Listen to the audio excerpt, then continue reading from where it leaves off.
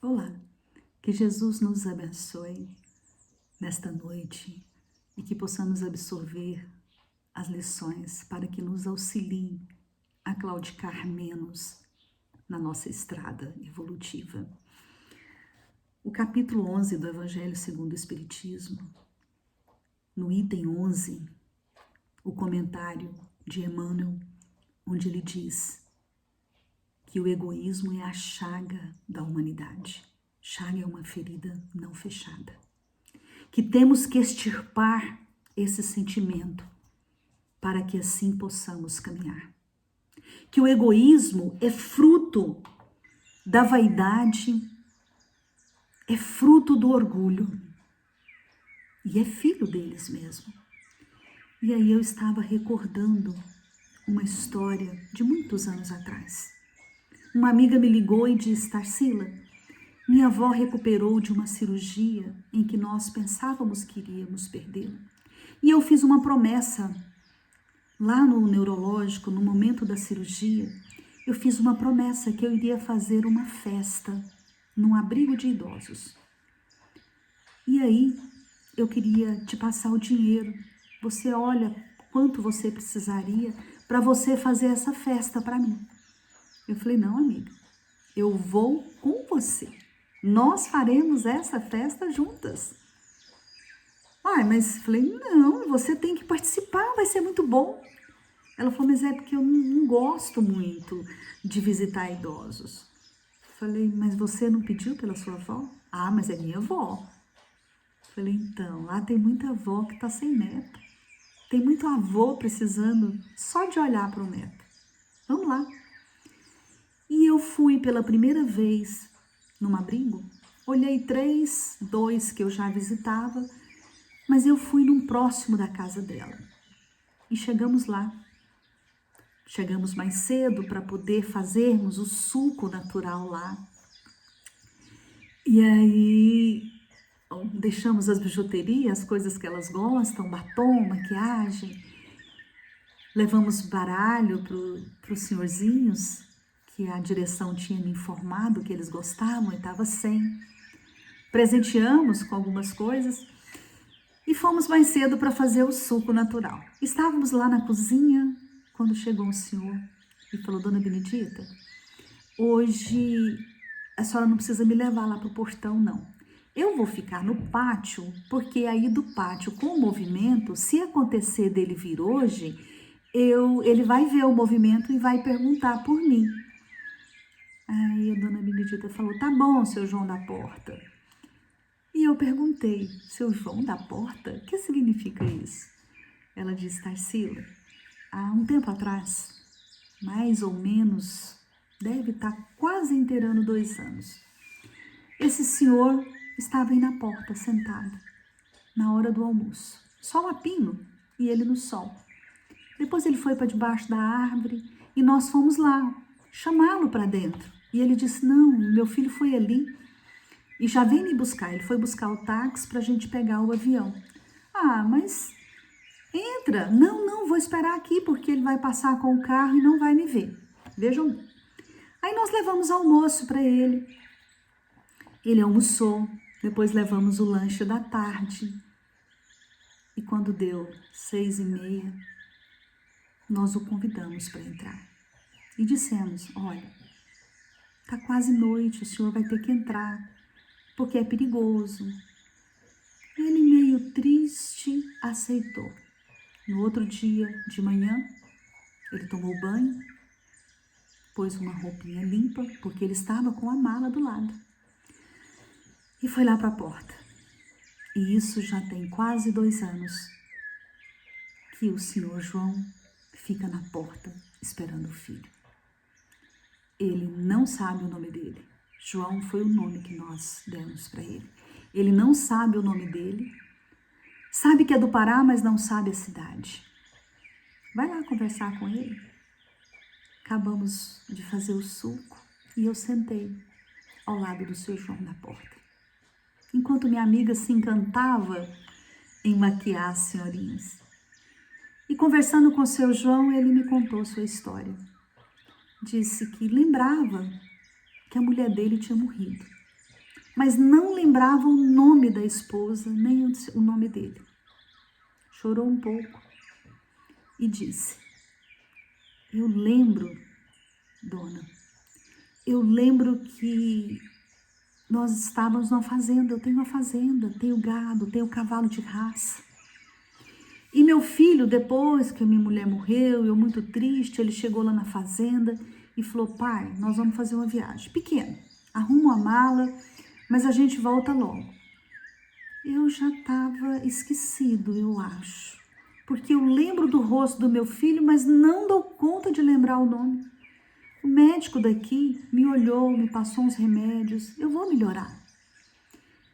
E aí eu vim para essa cidade aqui, que a dona Benedita me fala que é Goiânia. Chegamos aqui do avião, pegamos um táxi e eu fui num lugar, assinei umas coisas para o meu filho, não sei o que era.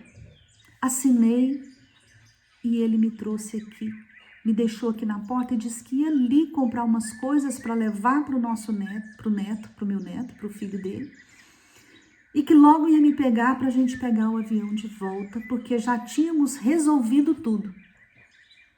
E eu acho que ele se perdeu, porque não apareceu, mas todo dia eu espero, porque eu sei que meu filho me ama e que ele vai voltar.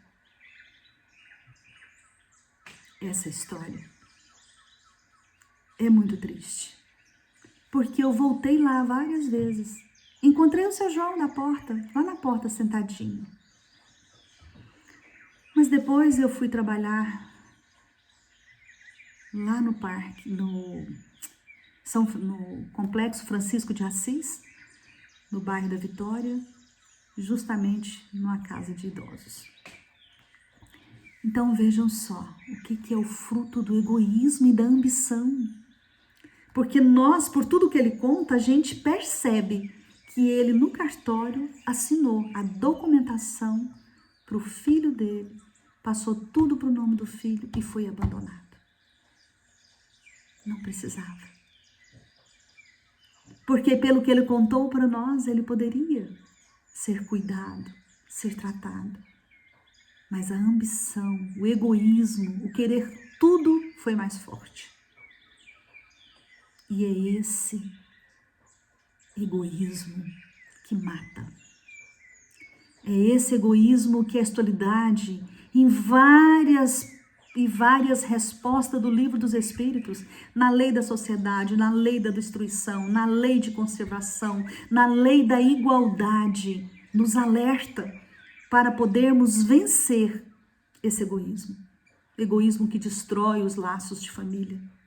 Aliás, os Espíritos falam que o dia que os laços de família forem relaxados, não forem respeitados, será a recrudescência do egoísmo. Nossos filhos, os filhos dessa época, são criados por terceiros. Quando a pandemia iniciou, que precisou-se ficar em casa, conviver com a família, cuidar dos filhos, ensinar a tarefa, as mães e os pais se sentiram enlouquecidos. Vários me ligavam, não estou dando conta de ter que ensinar esse menino e limpar a casa. Porque os nossos interesses passou a ser os lá de fora. Porque os nossos interesses foi ser somente o desenvolvimento intelectual e material, esquecendo-se dos interesses da alma. Esquecendo-se que nós temos que cuidar dos nossos filhos, dos que estão conosco, porque são responsabilidade nossa. Não dá para terceirizar. Então foi preciso que um ano, praticamente, nós vamos passar cuidando daquilo por obrigação que deveria ser para nós de forma natural a nossa responsabilidade. Que valores a sociedade tem passado para os seus filhos? Vamos pensar. Que valores nós temos passado para as nossas crianças os valores do homem de bem? O ganhar uma competição na escola, como é que tem sido? Se nós formos numa festa infantil de quadrilha em algumas escolas, nós vamos ficar pasmos, porque parece roupas de casamento, de festa, de tanta disputa que há entre as crianças. Eu tenho mais, eu posso mais. Os professores passaram a ter medo dos alunos, porque as nossas crianças estão sendo criadas como reis, rainhas. Começou-se um emborcamento dos valores de pai e de mãe e de avó. Tem filhos que chegam e falam, olha, a educação dos meus filhos é da minha responsabilidade. Eu não quero que vocês intrometam. E aí, quando os filhos vão para a casa dos pais ou deixam seus netos lá para os pais cuidarem, o que se vê são crianças muito difíceis. Crianças que acham que mandam. E se nós reportarmos aos tempos dos nossos avós, quem educava eram os mais velhos. Que exemplo nós estamos dando para os nossos filhos? Quando a preocupação com o corpo está maior do que a alma. Que exemplo temos dado para os nossos filhos? Que sextou, nós temos que aproveitar. No sábado, dá uma dor levantar os meninos cedo para a evangelização infantil. Já acordam cedo a semana inteira. A escola é integral, deixa os bichinhos. E aí vira bichinho mesmo. É hora de despertarmos do que acontece lá fora. Faz com que nós tenhamos o reflexo em nosso lar. Jesus pregou, bem-aventurados os aflitos, os mansos, os humildes. A aflição que Jesus nos diz é a aflição de ver o sofrimento do outro, de ver a dificuldade do outro. No livro dos Espíritos, eles nos dizem que haverá o tempo em que a desigualdade da riqueza não existirá. Que vai existir, na verdade, a desigualdade por merecimento. Porque o que a luta pela riqueza faz com as pessoas? Gera a corrupção, fruto do egoísmo. Eu posso, eu preciso. Começa a se achar natural, o vencer por vencer, independente do que eu vou fazer. É hora de começarmos a estudar, lutar pelo intelecto do mundo, mas também pelo da alma, e começar a praticar. Não confundir egoísmo, que eu não posso ser egoísta, com alto amor, com alto perdão. Porque nós temos que ter esse egoísmo da lei de conservação. Cuidar de nós, nos cuidarmos. Mas perceber que o egoísmo é um vício, como diz os Espíritos, que cria todos os outros vícios, que abarca todos os outros vícios. Perceber que os Espíritos nos alertam com muita propriedade que o nosso egoísmo, que está na questão 487, que o nosso egoísmo e a dureza dos nossos corações decorre dos nossos erros e dos nossos equívocos. Todos os dias nós podemos servir, isso também diz os Espíritos. Creio que 613 diz os Espíritos, nós todos os dias, diariamente, nós podemos praticar a bondade, o amor, o entendimento. Como? Servindo, sendo útil para alguém. Ah, mas é muito difícil. Não é. Não é. Até orando por alguém, nós estamos servindo. Até cuidando dos nossos pais, dos nossos netos, passando lições, não só de presentes, mas lições de histórias que edificam, histórias que alimentam a alma. Nós estamos servindo ao nosso Pai.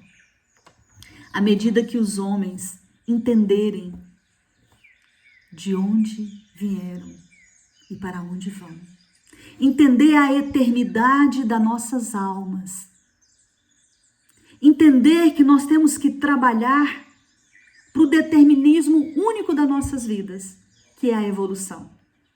Nós começaremos a perceber o quão é importante a vigília diária pelas nossas ações. Amigos, tem uma história que parece uma historinha infantil, de um rato que estava em casa quando de repente olhou na cozinha e viu uma ratoeira. E ele ficou com muito medo. Ele ficou apavorado, correu lá na galinha e falou: Dona Galinha, puseram uma ratoeira na cozinha e eu tô com muito medo, porque é no caminho da minha casa. A galinha falou assim: o que eu tenho com isso? O que eu tenho com isso, seu rato? Ele correu lá no porco, falou: porco, eu tô muito preocupado. Eu vi uma ratoeira lá na cozinha.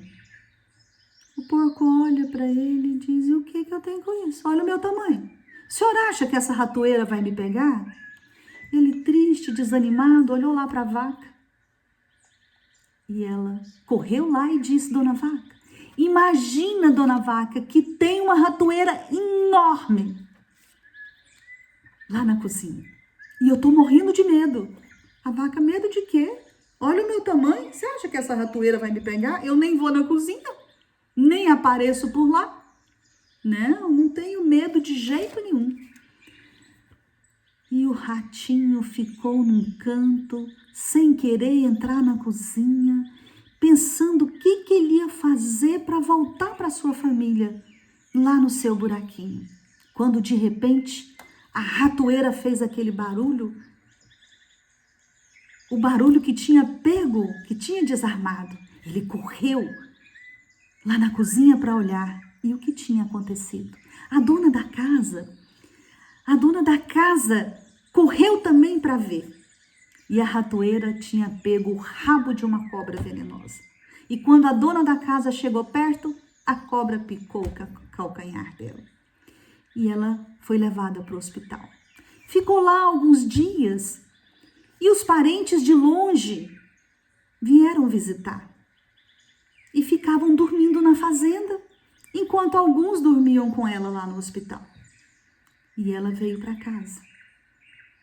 E quando ela chegou, ela ainda muito fraca, febril, a família diz: olha, quem está fraca tem que comer bem. E o que se dá quando alguém está fraquinho com febre?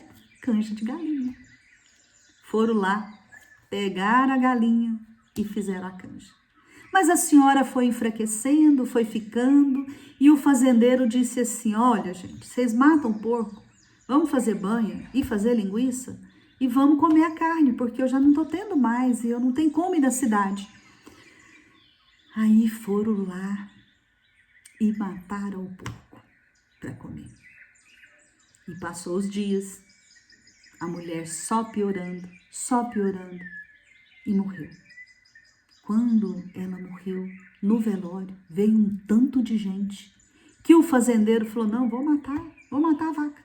Vocês me ajudam, vamos matar essa vaca, vamos fazer comida para esse povo. Porque não tem como. Mataram a vaca.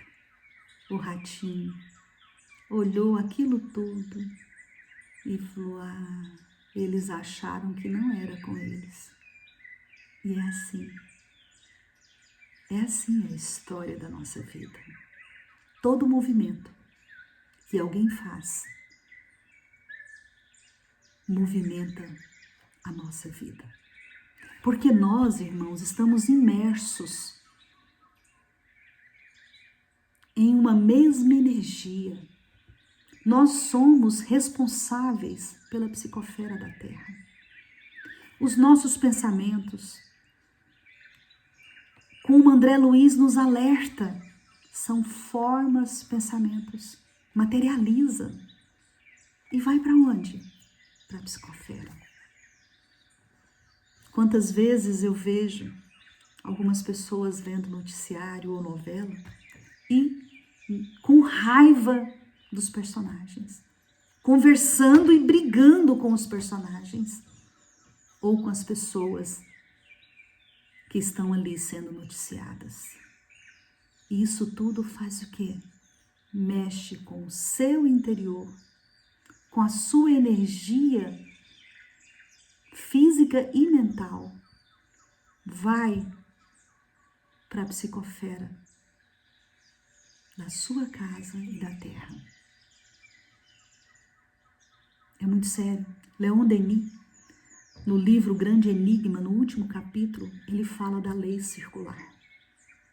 Da responsabilidade do cuidado que nós temos que ter para com os nossos pensamentos e os nossos desejos.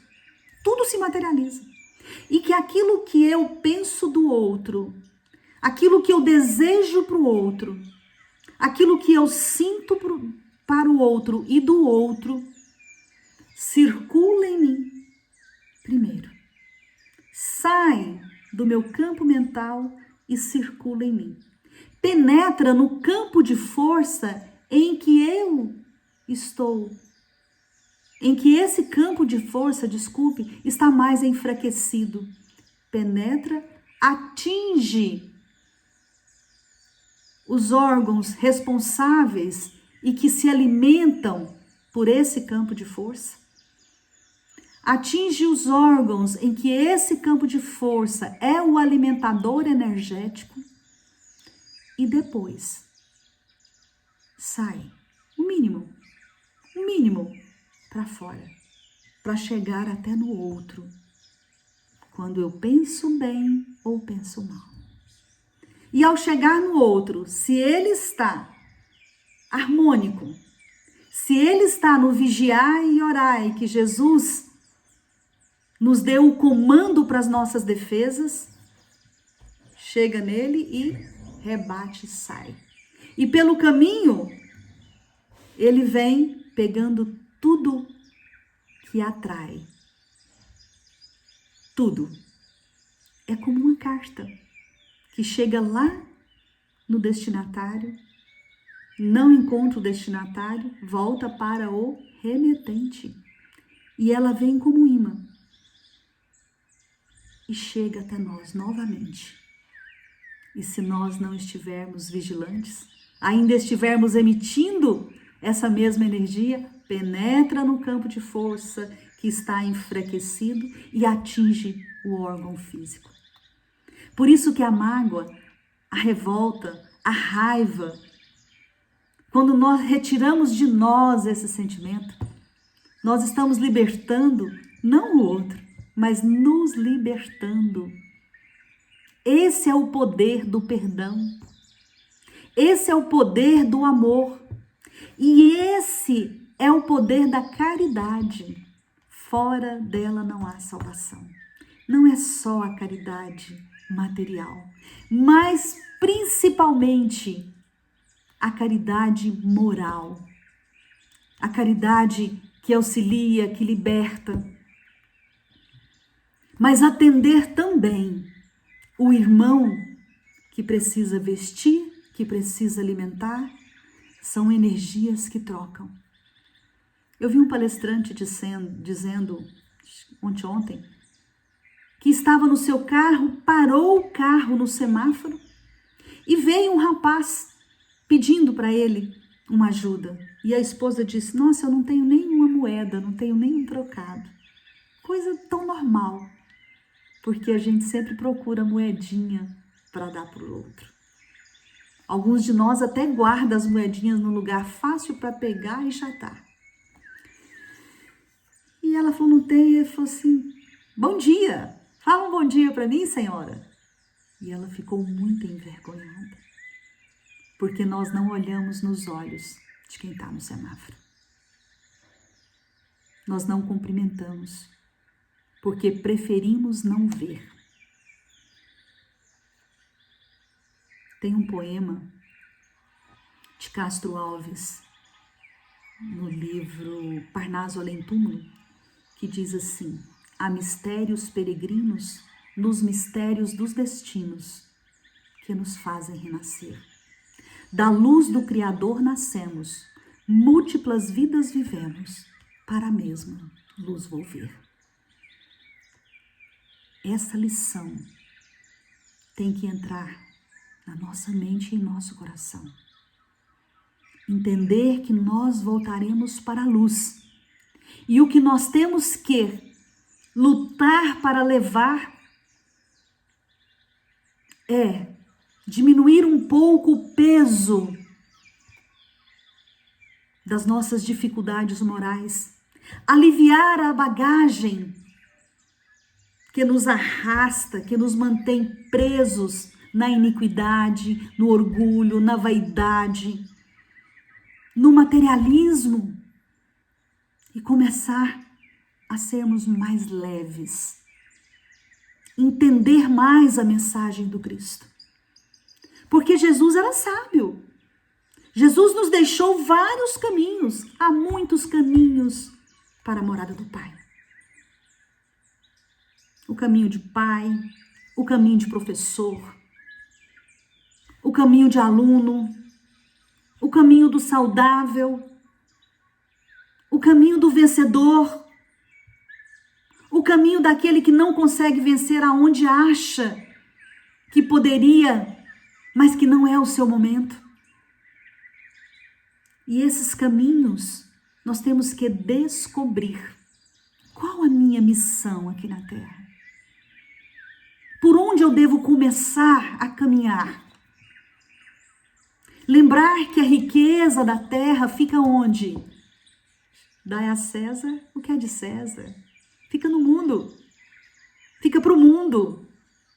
Nós não precisamos lutar tanto, pisar tanto nas pessoas, fazer tantas coisas terríveis para simplesmente vencer o mundo. Nós não precisamos. Precisamos sim usufruir daquilo que ganhamos com o nosso trabalho e que o nosso trabalho e que esse ganho não tenha prejudicado ninguém. Não tenha prejudicado ninguém. Usufruir. E mesmo esse ganho que não tenha prejudicado ninguém, pode servir para auxiliar, para dar a mão para o outro. No livro Jesus e Atualidade, no capítulo Jesus Revolucionário, um dos últimos parágrafos diz assim: se queres o triunfo real, sai a campo e luta. Abre-te ao amor e ama sem esperar resposta. Não estás sozinho na batalha. Ao teu lado, outros combatentes aguardam apoio, qual ocorre contigo. Descobre-os, une-te a eles, sabendo, porém, que a tua será a revolução com Jesus, e não contra o mundo, e contra a humanidade e a vida. Joana de Ângeles.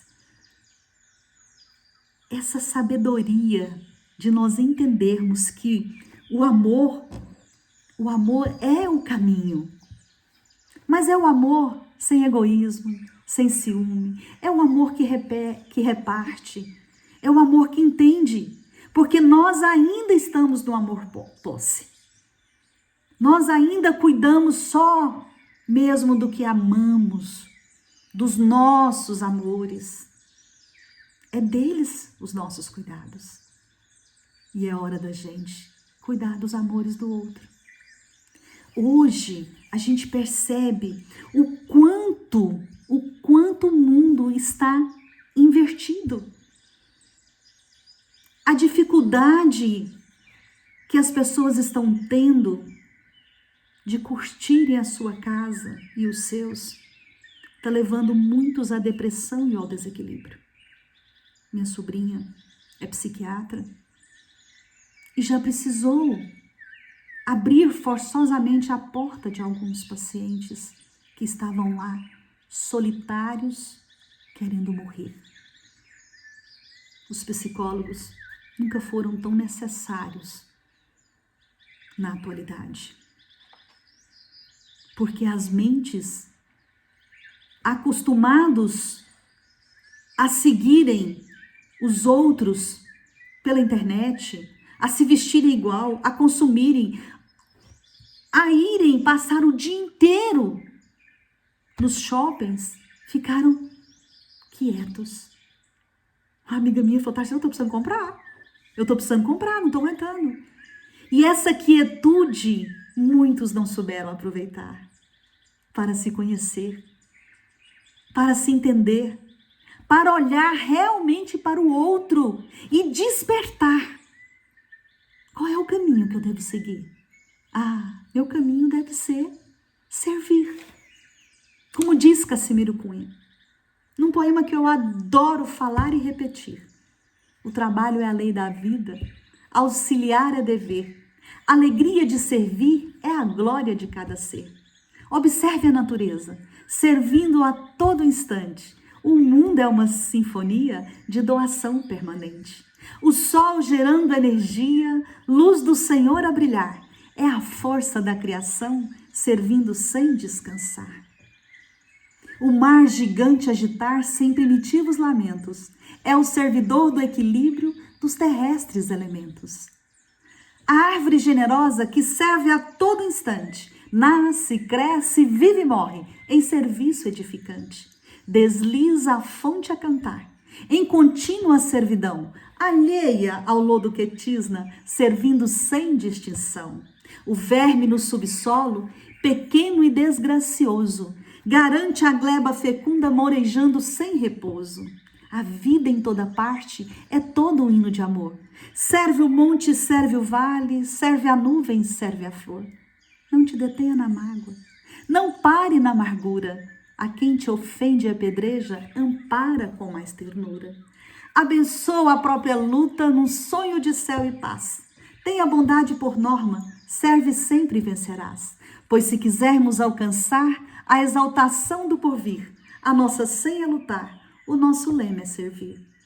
Pois servindo vive a semente, servindo resplende a luz, servindo o pão nos socorre e servindo passou Jesus.